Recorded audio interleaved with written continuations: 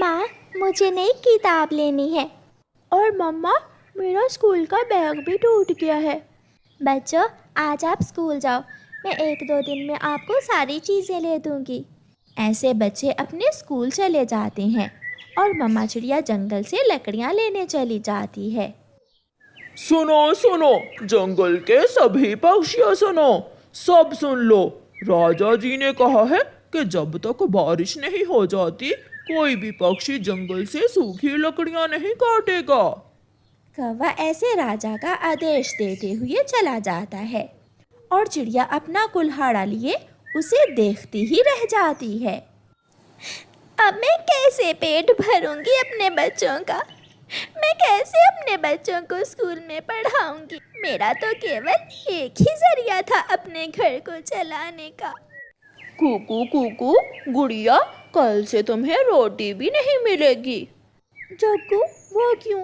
तुम ऐसा क्यों कह रहे हो? मेरे पिताजी ने बताया है कि राजा ने जंगल से लकड़ियां काटने को मना कर दिया है और तुम्हारी मम्मा तो जंगल से लकड़ियां काट कर ही तुम्हें रोटी कमा कर देती है। ये सुनकर दोनों बच्चे परेशान हो जाते हैं। बच्चे घर आते हैं। मम्मा चिड़िया खिड़की के पास बैठी हुई थी। मम्मा मम्मा, हम आ गए हैं। अपना बैग रखो और सो जाओ। मम्मा, हम खाना नहीं मांगेंगे क्योंकि हमें सब पता है। क्या क्या पता है मेरे बच्चों आपको? यही कि राजा जी ने जंगल से लकड़ियाँ काटने से मना कर दिया है और आप हमें लकड़ियाँ बेचकर ही तो रोटी कमा कर देती हैं।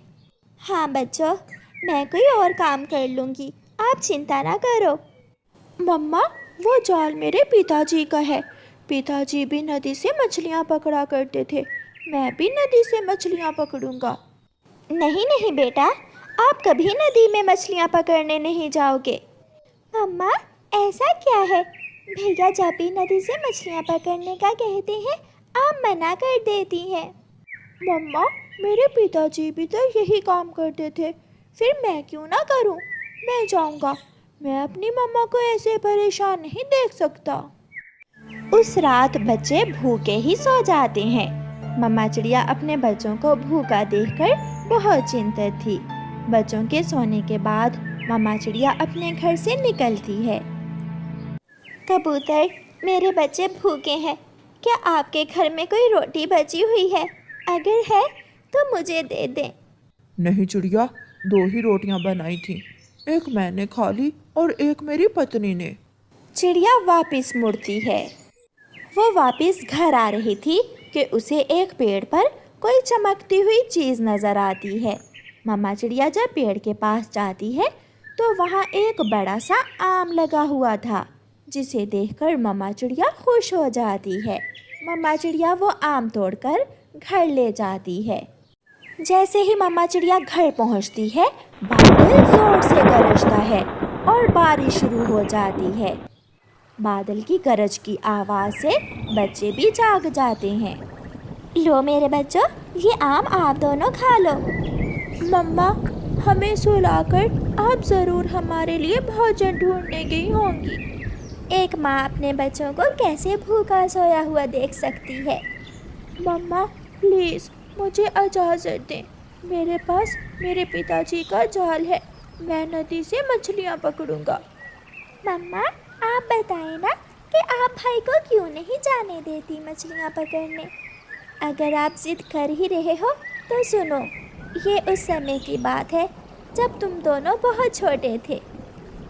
जानो, बच्चों का ध्यान रखना, मैं नदी से मछलियाँ पकड़ने जा रहा हूँ। गुड़िया के पापा, बाहर बारिश और तूफान है, ऐसे मौसम में आप घर में रहें, बाहर जाना ठीक नहीं है। ऐसे मौसम में मछलियाँ ज़्यादा मिलती हैं, तुम बच्चों का ध्यान रखना, मैं अभी आ जाऊँगा। बारिश तो कुछ ज़्यादा ही तेज़ है, मैं ये बीच के रास्ते से नदी पर चला जाता हूँ। किनारे पर मछलियाँ थोड़ी होंगी, मैं अपनी नाव में बैठकर बीच नदी के जाकर मछलियाँ पकड़ता हूँ, वहाँ कुछ बड़ी और ज़्यादा मछलियाँ होंगी। और फिर आपके पापा जैसे ही नदी के बीच में जाते हैं, नाव डूब जाती है और आपके पापा नदी में डूबकर मर जाते हैं। मम्मा, आप तो रोने लग गई। मम्मा, ऐसा ज़रूरी तो नहीं कि पापा नदी में डूब गए थे तो हम भी नदी में डूब जाएं।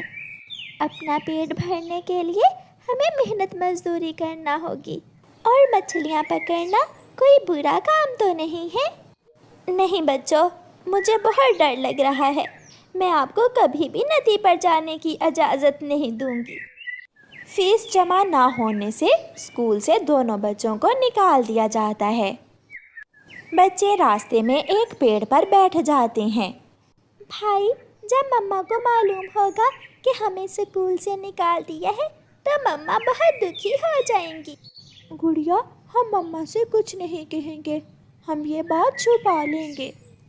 बच्चे अपनी माँ से कुछ नहीं कहते। अगले दिन उन्हें स्कूल तो जाना नहीं था, इसलिए कुकू घर से निकलते समय अपने पिताजी का जाल अपने बैग में रखकर साथ ले आता है। दोनों बहन भाई नदी पर चले जाते हैं। कुकू भाई,